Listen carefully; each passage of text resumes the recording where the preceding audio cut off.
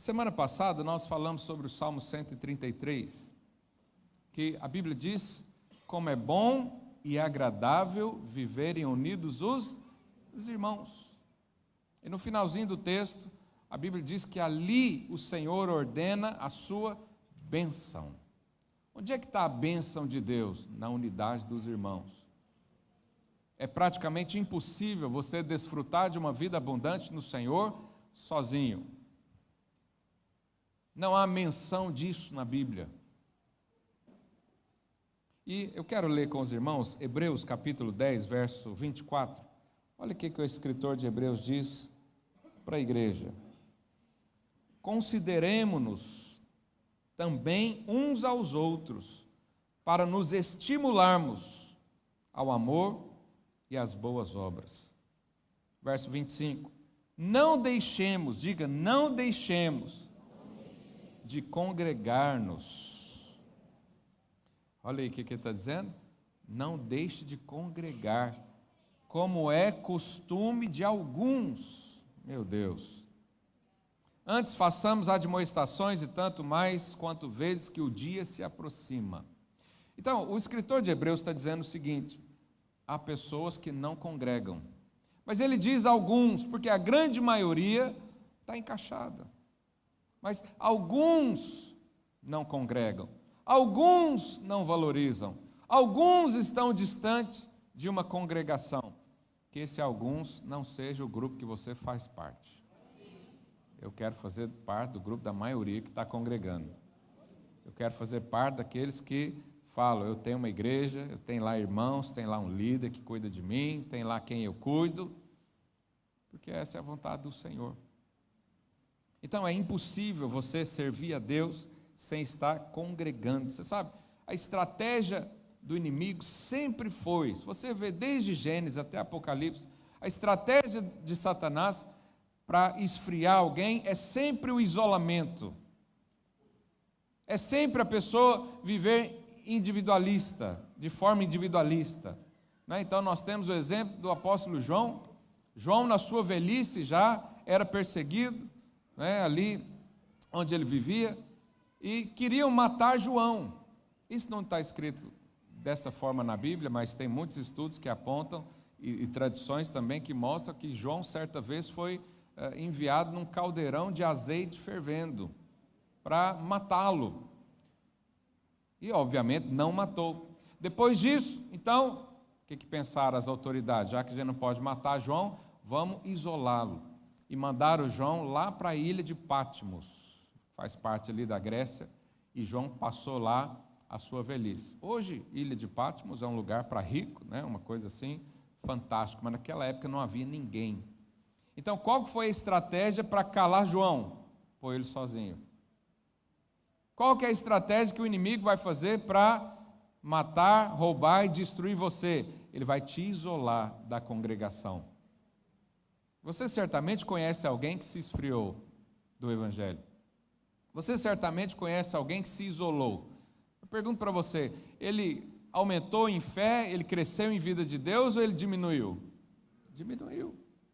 Porque o isolamento é uma estratégia do inimigo para parar você, calar você. Pergunta aí, seu vizinho, você está andando só ultimamente?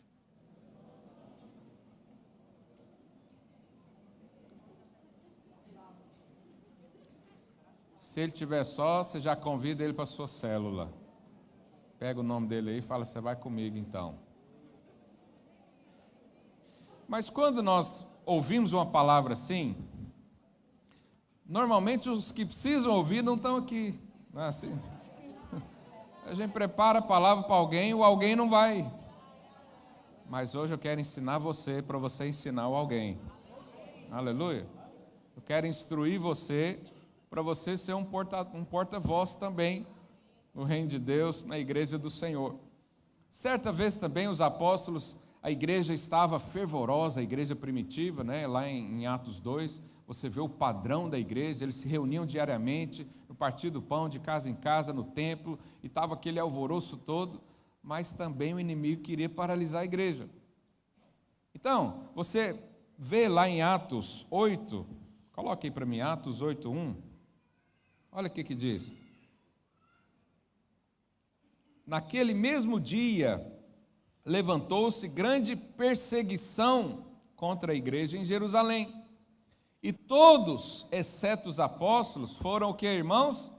Dispersos pelas regiões da Judéia e Samaria. Então, mais uma vez, o inimigo aqui usando a estratégia de separação. Vou espalhar esse povo. Mas mal sabia que ele tentou separar e o Senhor colocou fogo em cada um de novo e as igrejas multiplicaram e expandiram. Mas não deixa de ser uma estratégia que o inimigo faz com você. Isolar você daquelas pessoas que têm encargo, isolar você daqueles que podem te aquecer no frio. Não é isso que a Bíblia diz? Que é melhor andar dois do que um, porque no frio quem vai aquecer o outro? Se um cair, quem vai ajudar a levantar? Se você estiver só e cair, quem é que vai te amparar naquele momento? Então, é isso que o inimigo faz. Porque ele sabe que essa concentração, ele sabe que essa unidade vai edificar muito a sua vida. Essa aqui, uma reunião como essa, por exemplo, vai edificar muito a sua vida. Mas por que reuniões assim edificam? Porque Jesus está aqui. É claro que é evidente que Jesus mora no seu coração e por onde você for, Jesus vai com você. Isso é uma verdade. Mas a outra verdade é que quando tem 2 ou 3 reunidos, há mais poder, há mais edificação, há mais experiências, há mais motivação de fé. E o inimigo faz com que você perca isso. Então, eu quero ler com você, João, quando estava lá exilhado na ilha de Patmos, ele escreveu o Apocalipse. Apocalipse capítulo 1, a partir do verso 9, diz assim: Eu, João, irmão vosso e companheiro na tribulação, no reino e na perseverança em Jesus, diga em Jesus. Achei-me na ilha de Patmos por causa da palavra de Deus e do testemunho de Jesus. Achei-me em espírito no dia do Senhor e ouvi por detrás de mim grande voz como de trombeta, dizendo: O que vês, escreve em livro e manda às 7 igrejas, Éfeso, Esmirna, Pérgamo, Tiatira, Sardes, Filadélfia e Laodiceia. Voltei-me para ver com quem falava comigo, e voltado vi 7 candeeiros de ouro, diga, candeeiros de ouro. E no meio dos candeeiros, um semelhante ao filho do homem, com vestes talares e cingido à altura do peito com uma cinta de ouro. Quem que ele está descrevendo aqui, irmãos? Jesus. Então ele teve a visão de Cristo glorificado, de Jesus. E ele descreve, se você continuar lendo aí, talvez outra oportunidade, vamos ler isso junto. Ele descreve o Cristo glorificado. Mas o detalhe que eu quero passar para você nessa manhã é que Jesus estava no meio dos candelabros. No meio. Sabe, essa expressão no meio também é muito significativa para nós. Porque Jesus falou: onde tiverem 2 ou 3 reunidos, ali estarei aonde? No meio. Os discípulos a caminho de Emaús, a Bíblia diz que Jesus apareceu para eles e se colocou aonde? No meio deles. Lá em João 20, a igreja estava sendo perseguida, os discípulos, com medo dos judeus, entraram para uma casa, trancaram os portões. De repente, Jesus apareceu, atravessou a parede e se pôs no meio deles. Jesus quer estar no meio da sua vida. Ele quer estar no meio do seu casamento. Ele quer estar no meio das suas finanças, Ele quer estar no meio da sua saúde, no meio da sua família, mas Ele também está no meio das suas tribulações. Ele está lá na fornalha com você, no meio. Você sabe, e isso é muito poderoso. Então nós estamos aqui reunidos em nome de Jesus. Ele está aqui no meio, Ele é o centro dessa reunião. E quando Jesus está no meio, coisas poderosas acontecem. Por isso o inimigo quer tirar você daqui. Por isso há vozes, há circunstâncias, há coisas que acontecem, e a voz é sempre essa: vou dar um tempo, não quero, estou machucado, fizeram isso, fizeram aquilo, eu vou buscar outro. Por isso há tanta resistência para uma reunião como essa acontecer. Porque o inimigo sabe que onde Jesus está no meio, muita coisa poderosa vai acontecer. Vai haver milagres, vai haver sinais, vai haver cura, libertação, edificação, restauração, prosperidade, saúde, vida, alegria, paz, justiça. Tudo isso, porque Jesus está no meio. Então, João diz que Jesus estava no meio dos candelabros. Os candelabros é aquele objeto que segura as velas, ou aquele objeto que segura a luz, né? Naquela época era tudo ou vela, ou era um azeite que colocava com um cordão e pegava fogo. O candelabro na Bíblia, no Velho Testamento, sempre aponta para o Espírito Santo. Então, onde há luz, há o Espírito Santo. Onde há fogo, há o Espírito Santo. Mas aqui João dá uma definição diferente. Ele diz que o candelabro são as igrejas. E onde Jesus estava andando? No meio dos candelabros, no meio das igrejas. Por que é tão importante esse ajuntamento? Porque é aqui que Jesus está andando no meio. Aqui não diz, João não diz que ele está no meio do povo, não, no meio das igrejas. E o número 7, você sabe, o 7 representa o todo, a totalidade da perfeição. E 7 igrejas, não está falando só de 7, porque naquela altura já existiam mais de 7 igrejas. Ali está resumindo todas. É como se João dissesse o seguinte: Jesus está se movimentando entre as igrejas. Jesus está participando, está cuidando das igrejas. Jesus está lá no meio das reuniões, dos cultos, das celebrações. Lá na célula, Jesus está passeando lá no meio. E esse candelabro, então, aponta para a igreja.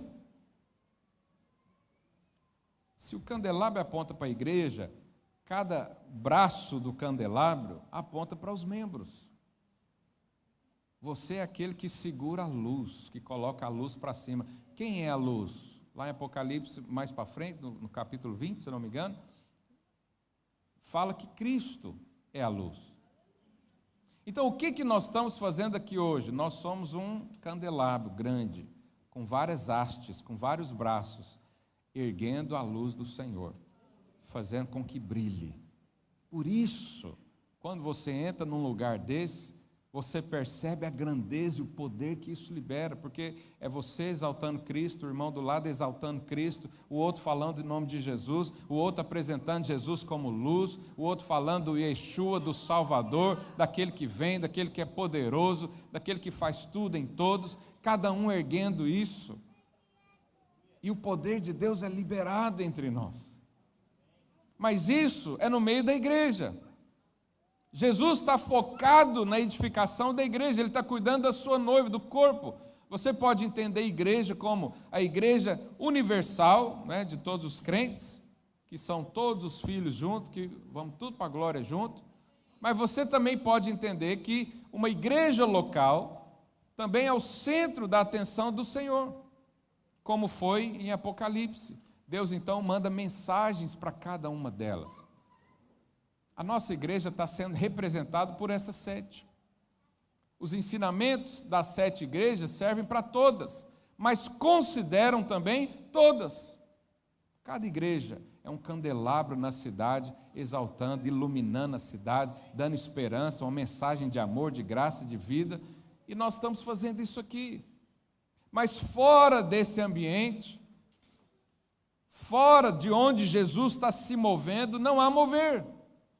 Não há mover de Deus na sua vida individual quando nós falamos de obras. Não há. Há sim uma edificação. Jesus fala com você lá, você está andando, você está dirigindo, está orando, Deus edifica a sua vida. Mas quando nós falamos de obra, de reino, só pode ser feito de forma plural. Não há hipótese de você servir a Deus individualmente. Fala isso para o seu vizinho, você não pode servir a Deus sozinho. Somente a igreja pode sustentar essa luz de Deus. Deus poderia usar tudo e qualquer coisa, mas Ele decidiu usar a igreja. Deus podia mandar os anjos vir pregar, eles iam fazer isso muito melhor do que nós. Mas Ele resolveu juntar um bando de condenados, um bando de improváveis, e dizer: é ali que eu vou me mover, é ali que o meu nome será exaltado, é ali que vai acontecer, é ali que eu vou ordenar a bênção. Então nós precisamos saber, por isso é que a igreja é tão resistida. Não tem nenhum órgão social nesse planeta que é tão atacado quanto a igreja. E a igreja é de Cristo. Porque tem igrejas de outros deuses aí que ninguém fala nada. Todo mundo aceita, está lá brigando pelos direitos. Mas a igreja vai ser atacada. Você viu isso agora lá em Paris, uns dias atrás. Então, lá em Gênesis 11, você conhece a história da Torre de Babel? Vamos ler para refletir um pouco sobre esse assunto. Gênesis 11, a partir do verso 1, diz assim: ora, em toda a terra havia apenas uma linguagem, diga, uma linguagem. Então, vai construindo aí a ideia. E uma só maneira de falar, diga, uma maneira de falar. Sucedeu que, partindo eles do Oriente, deram com a planície da terra de Sinar e habitaram ali. E disseram uns aos outros: vinde, façamos tijolos e queimemo-nos bem. Os tijolos serviram-lhes de pedra e o betume de argamassa. Disseram: vinde, edifiquemos para nós uma cidade e uma torre cujo topo chegue até os céus e tornemos célebre o nosso nome, para que não sejamos espalhados por toda a terra. Então desceu o Senhor para ver a cidade e a torre que os filhos dos homens edificavam. E o Senhor disse, olha o que Deus diz desse povo: eis que o povo é um, e todos têm a mesma linguagem. Isso é apenas o começo. E olha o que Deus fala: agora não haverá restrição para tudo que intentam fazer. Meu Deus. Vinde, desçamos e confundamos ali a sua linguagem, para que não entenda a linguagem do outro. Então, olha o contexto. Deus olhou para um povo que não tem nada a ver com ele, que não era consagrado a Deus, um povo sem propósito. O propósito deles claramente era tornar o nome pessoal célebre, era exaltar o nome deles, não tinha nada a ver com Deus.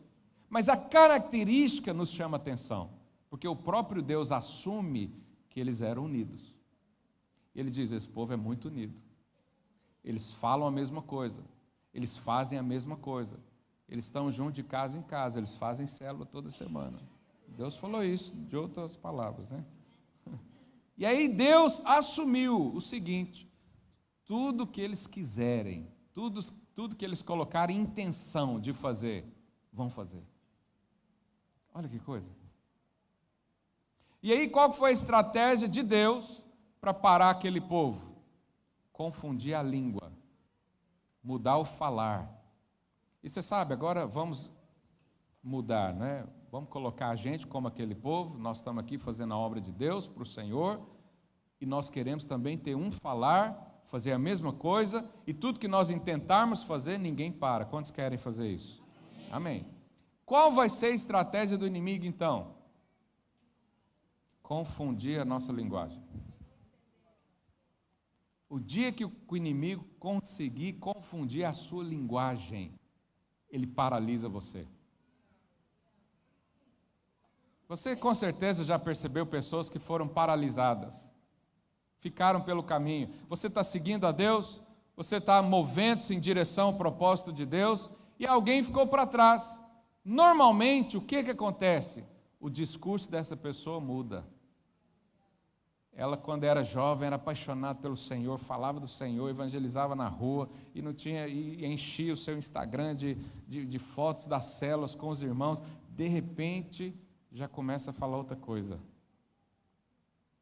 O inimigo confundiu. O inimigo mudou a fala. Já não fala mais como o povo de Deus.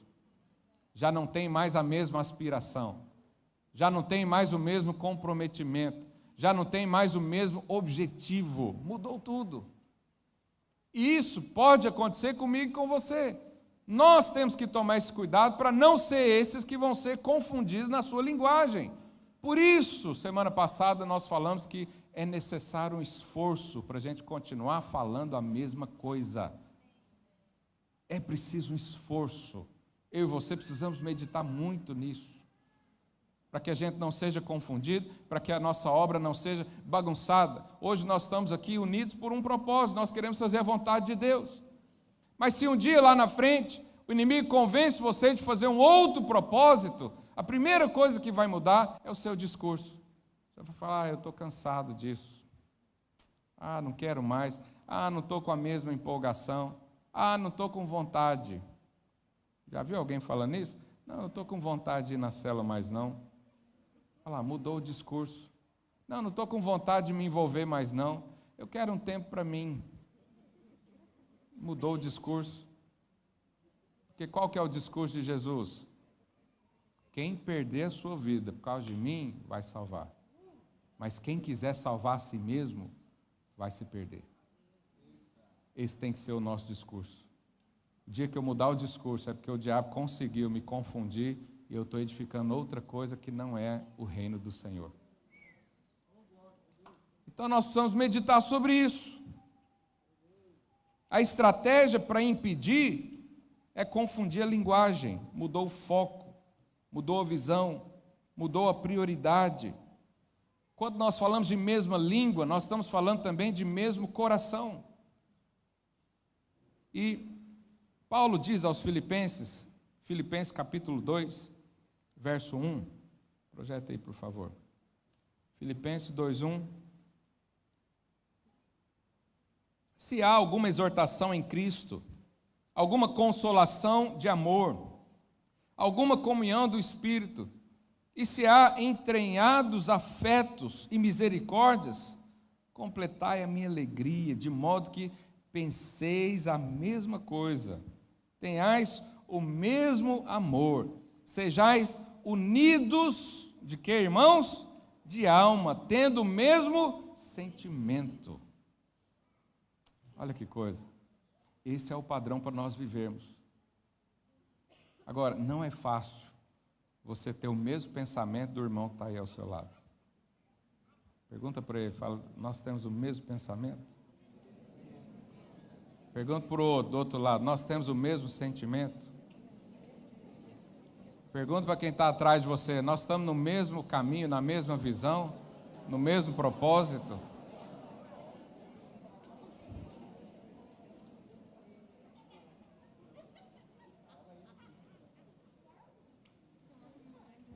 Então, você percebe que em algum momento você vai ter que lutar consigo mesmo para falar a mesma coisa que esse irmão aí do lado.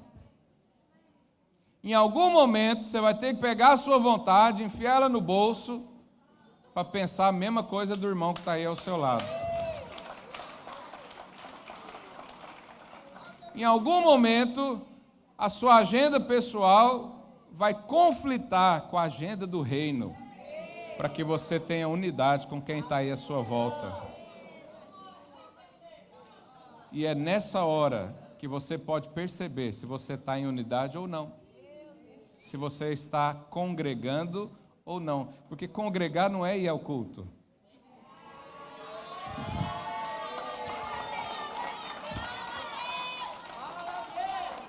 Congregar é ter o mesmo coração. Mesmo coração. Isso é congregar. É andar em aliança.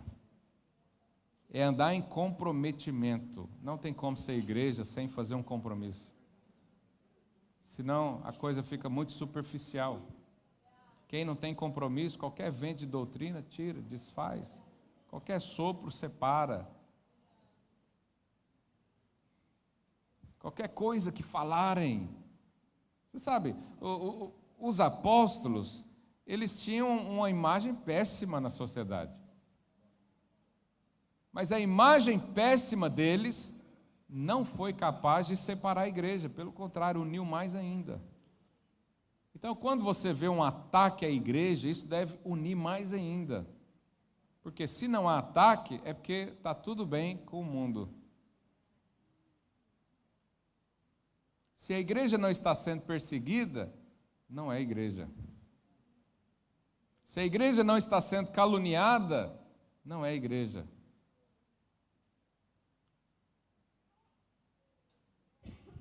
E nós precisamos meditar nisso. Você sabe, se você observar aí os pássaros, por exemplo, os gansos, né? Eles voam num formato V. E muito tempo já existem esses estudos, esses cientistas e pesquisadores, né, descobriram várias coisas, o porquê que eles andam assim. Né? Não sei se você já viu alguém ensinando o ganso, você vai andar do lado, o outro vai andar do outro, um pouquinho mais atrás. Você não vê, eles nascem assim, por quê? Porque Deus fez assim. E você pode olhar a natureza e contemplar a natureza de Deus, a lógica de Deus. Então, esses gansos voando podem, sim, exemplificar a nossa igreja. Por que é o formato V? Assim, ó. Porque um vai na frente a cada... Como é que fala? Quando bate a asa? Deve ter algum nome para isso. Cada batimento da asa, é isso? Está certo? Batimento é coração, né? Me ajuda aí os biólogos. Hã? Cada vez que o ganso bate a asa, se ele bater a asa 2 vezes, quem está atrás pode bater só uma vez. Então, por que eles andam em V? Você sabe, andar sozinho tem uma leve impressão de que você vai mais rápido, não é mesmo? Sozinho não é mais rápido, mas andar em grupo você vai mais longe. Por que os gansos fazem isso? Para eles conseguirem ir longe. Porque o primeiro, ele quebra a resistência do ar para o segundo quebra a resistência do ar para o terceiro. Então um vai ajudando o outro. E o que acontece? Quando um dos gansos sai um pouco ali do formato V, ele logo percebe que a pressão aumenta, a dificuldade aumenta, ele fica mais fraco, ele voa mais devagar, ele perde o rumo. Interessante a natureza explicando como é que funciona a igreja. Nós estamos aqui em formato V também. O seu líder de célula está batendo a asa para você, para facilitar a sua vida. Ele está cuidando de você, está te ensinando de semana após semana. E é interessante que fica um ali na ponta, normalmente é o líder. Mas os gansos, eles revezam a liderança. Então, o primeiro que recebe mais resistência, ele está ali forçando por todo o grupo, mas chega uma hora que alguém vem, bate no ombro dele e fala, deixa eu agora, vem cá, descansa aí um pouco. Isso aponta para a vida da igreja também. Quantas vezes você tocou no ombro do seu líder e falou para ele, você está precisando de ajuda aí, irmão? Está difícil para você? Deixa eu fazer isso aqui para você, deixa eu pegar a escala aí, vou resolver para você, deixa que essa semana eu faço ali os momentos da célula, deixa que eu pago a sua conta de água esse mês. É facilitar o outro. Alguém já fez isso? Estou te dando uma boa ideia. Aliviar. Então nós andamos assim juntos também, um ajudando o outro. Mas como que você vai desfrutar dessa ajuda? Como que você vai longe? Como que você vai cumprir a vontade de Deus na sua vida se você estiver andando sozinho? E sabe o que acontece? Se no meio desse grupo dos gansos, se tiver lá um doente, um mais velho, ele começa a ficar para trás e vai outros ficar com ele também até resolver o problema. Depois que resolver o problema, integra de novo ao grupo. Até o ganso é mais inteligente que alguns, meu Deus. Não estou chamando ninguém de nada aqui não, só pensei algo. Então, há uma segurança na unidade no grupo. Fala aí para o seu vizinho, há uma segurança entre nós.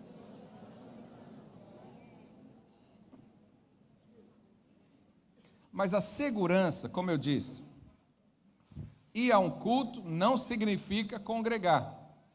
Porque há uma leve diferença entre união e unidade.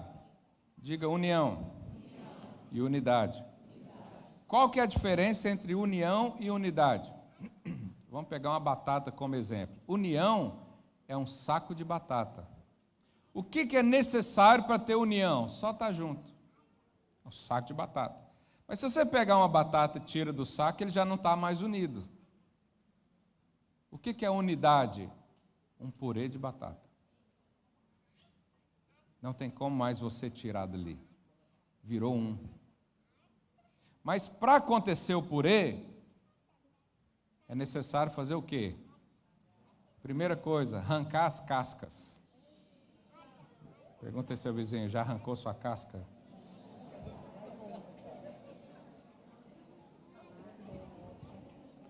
Segunda coisa, alta temperatura.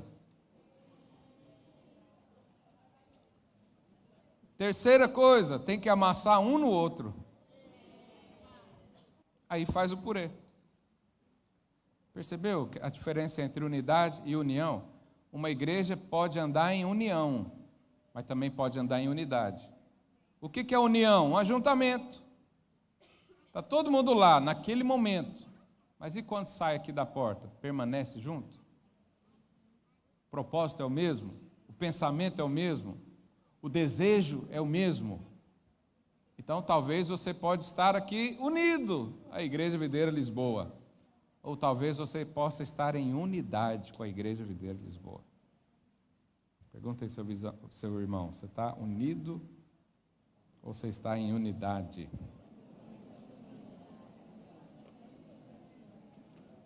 Para estar em unidade, irmãos, então tem um processo. Para estar em unidade com esses irmãos aí à sua volta, vai demandar tempo, vai demandar disposição física e mental, vai demandar um preço. Jesus falou que um reino dividido não subsiste. Uma igreja dividida também não subsiste, uma célula dividida não subsiste. Por que passou a pandemia e nós estamos aqui firmes? Porque você está unido ao seu irmão. Você sabe, a pandemia fechou muita igreja no mundo. Acabou com muitos casamentos. Mas quem estava em unidade, permaneceu, prevaleceu. Então, como é que nós vamos falar a mesma coisa com esses irmãos? Andando junto, é simples assim. É decidir andar junto. Já teve dias que você acordou e disse, não quero ir para essa reunião. Alguém já aconteceu isso? O que você faz então?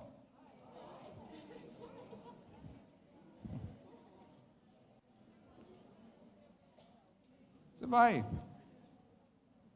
Por quê? Porque a unidade é mais importante do que a sua individualidade. O todo é mais importante do que a parte. E é ali, segundo a Bíblia, a bênção de Deus. Existe uma fábula que contam, você já deve ter ouvido isso, mas quero dar isso como exemplo também, do porco-espinho. O porco-espinho, lá na era glacial, onde os animais morriam por causa de baixíssimas temperaturas, né? Quando chega o inverno, eles se ajuntaram. Você sabe, no frio é mais fácil se aquecer com quem está do seu lado. Mas aí eles se juntaram e tiveram a ideia, vamos nos aquecer uns aos outros, vamos formar aqui uma unidade. Mas aí qual que era o problema? Quando um encostava no outro, o espinho de ambos machucava. E aí eles se separaram de novo. Então eles se ajuntaram para vencer o frio, mas separaram por causa da dor que um causava no outro. Então, eles tinham uma decisão para fazer. Ou se uniam com as suas diferenças, ou morria cada um individualmente, isolado no frio. Você sabe, a igreja é da mesma maneira. Para nós sobrevivermos, nós precisamos da unidade. Para que as coisas aconteçam, precisamos da unidade. Mas a unidade às vezes dói. Por quê? Porque você tem espinho e o irmão tem espinho também. Aí um espeta o outro. Então, o que você vai decidir, não é? Vencer o frio no calor, suportando em amor um ao outro, suportando o espinho do outro, ou vai viver isoladamente, vai morrer um arbusto solitário no deserto? Todos nós precisamos decidir isso. Ah, mas o irmão está, olha o tamanho do espinho do irmão. Mas você também tem igual ou pior. É só da ocasião, manifesta. Sim ou não? Mas o interessante é que mesmo na unidade, o Senhor vai ajeitando isso. Quando você suporta o outro em amor, e tem ali às vezes um diálogo, você pode falar, põe seu espinho do lado de cá, eu ponho meu do lado de lá, ninguém encosta em ninguém. Tem acordo. Mas é preciso decidir. Eu vou estar em unidade ou não com a igreja de Cristo? Eu vou andar junto ou não? Se eu me unir, talvez eu me machuque. Mas se eu ficar sozinho, eu morro. É melhor estar machucado aqui dentro do que curado lá fora, morto. É claro que o morto está curado, não tem mais dor nenhuma quem está morto. Porque está morto. Não tem vida. Lá em Mateus, capítulo 18, verso 19, diz o seguinte: em verdade também vos digo, que se dois entre vós sobre a terra concordarem a respeito de qualquer coisa que porventura pedirem, ser-lhe-á concedido por meu Pai que está nos céus. O único lugar que isso pode acontecer é na igreja do Senhor. Porque o Senhor está dizendo, se dois concordarem, aí está o X da questão. Não é se dois orarem juntos, é se dois concordarem. Então, para você concordar com alguém, você tem que passar tempo com ele. Não é só assim, vem cá, eu vou orar por você. Não, não é só isso que Jesus está falando. Jesus está falando o seguinte, se tiver alguém que anda com unidade aqui, pode pedir qualquer coisa que o Pai vai dar. Por quê? Porque Deus ama a unidade. Porque é bom e agradável viver unidos os irmãos. Sabe, há coisas na sua vida que o Senhor vai te dar na unidade. Não vai te dar individualmente, vai te dar na unidade. Para que Deus vai te dar dons espirituais? Para você colecionar e pôr no status do Instagram, eu tenho 2 dons. O dom espiritual é para usar com outro.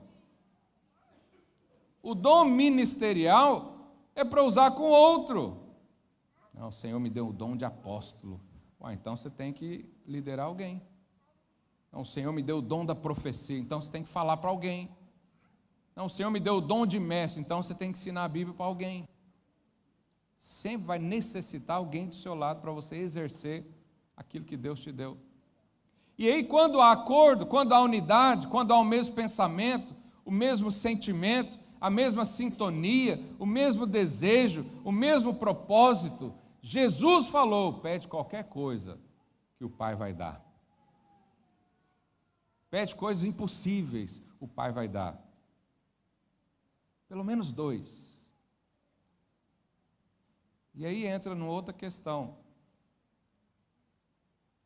que é, será que alguém vai concordar com os desejos do seu coração sem conhecê-lo? O que está lá no profundo do seu coração? Alguém conhece? Porque se ninguém conhece, quem é que vai concordar com você? Ninguém. Se ninguém sabe, quem é que vai te ajudar? Se o seu coração é individualista, não vai ter ninguém que concorde com você. Se você anda só, quem é que vai fazer um acordo? Quem é que vai te ouvir? Para quem você vai falar? Então, é necessário um posicionamento aqui nosso. Se nós queremos que o céu se mova por qualquer assunto que a gente pedir, vamos ter que criar unidade no nosso meio. Tem que ter unidade, pelo menos com 2. Pelo menos 2.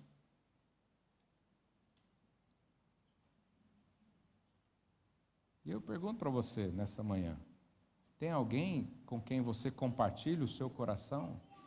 Se não tem, muda isso hoje. Para de viver a sua própria vida individualmente, viva para o Senhor. Jesus está te convidando a perder sua vida por Ele. Jesus está te convidando a virar um purê de batata no meio dos irmãos. Jesus está te convidando a deixar os seus planos individuais e as suas ambições individuais e os seus momentos prazerosos individuais para viver isso numa intensidade muito maior no reino dele. No reino dele. O dia que você chegar e se apresentar diante do Senhor, Ele só vai perguntar o que você fez. E muitos naquele dia vão falar: Deus, o Senhor me deu pessoas, o Senhor me deu uma igreja para ir, mas sabe como é que é? A igreja é cheia de problema, né? Então eu achei melhor ficar sozinho para eu não pecar. Já viu? Tem gente que fala isso. Não, eu vou andar com esse irmão para não pecar. Já está em pecado. Que já pensa o mal do irmão, já julgou o irmão, já definiu um monte de coisa na sua cabeça. Tá? Jesus falou: se chamar o irmão de tolo, está sujeito ao inferno de fogo. Então, naquele dia, o Senhor vai perguntar: o que você fez? Não vai ser possível alguém dizer: Senhor, estava muito difícil, né? Então eu servi o Senhor lá na minha casa. Não vai ter essa conversa naquele dia. Mas aquele que estava em unidade, ele vai chegar lá feliz, falando: Senhor, eu servi o Senhor. Está aqui os frutos, está aqui os discípulos que eu fiz, está aqui a unidade que eu participei, está aqui os projetos da congregação local que eu estava. Está aqui, apresenta para o Senhor. Sabe, nós precisamos disso. Para encerrar, vou contar uma outra fábula para você. Certa vez, numa marcenaria, fizeram a assembleia das ferramentas. E aí estava lá o martelo, a lixa, o parafuso, a fita de medir. E aí o martelo já se posicionou como líder, falou: eu sou o mais forte aqui, eu vou liderar esse negócio. E aí alguém apontou o dedo para ele, o pessoal do louvor pode subir já. Alguém apontou o dedo para ele e falou: não, martelo, você não pode estar aí na liderança não. Você só fica batendo nos outros. Você só fica fazendo barulho aqui o tempo todo. Então você tem que sair daí. Aí o martelo saiu e o parafuso já se posicionou na liderança. Aí o martelo falou: não, mas o parafuso também não pode estar aí. Porque ele fala e não faz nada. Tira o parafuso daí. Aí o parafuso estava saindo e chegou a lixa. E o parafuso olhou para a lixa e falou: você também não pode estar aí. Porque você desgasta o relacionamento das pessoas. Você consome as coisas. Aí a lixa sai da liderança também e vem a fita de medir, a fita métrica. E a lixa fala para ela: você também não pode estar aí porque você mede as pessoas o tempo todo. Então, não havia unidade. Mas, de repente, a assembleia é interrompida pelo marceneiro. O marceneiro chegou. Aí ele pega o martelo, começa a trabalhar, pega o parafuso, começa a trabalhar, pega a lixa, a fita de medir e faz um lindo móvel espetacular com a madeira rústica. E aí depois o marceneiro sai, a reunião volta novamente, aí vem o serrote. E ele fala: olha, está vendo como são as coisas? Cada um aqui tem qualidades ruins, mas na mão certa vai ter um propósito. O marceneiro pegou o melhor de cada um e fez uma grande obra. Então o martelo foi usado pela sua força, o parafuso foi usado para firmar as coisas, a lixa foi usada para aparar arestas, a fita foi usada para medir, calcular, deixar tudo bem perfeito. Sabe, nós somos o exemplo dessa história. Nós estamos aqui, cada um tem uma função, cada um tem um papel, cada um tem um espaço.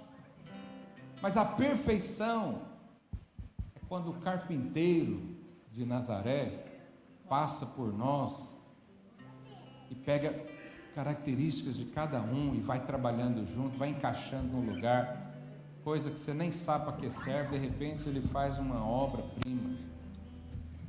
As coisas que Ele coloca no seu coração, Ele faz despertar para o bem.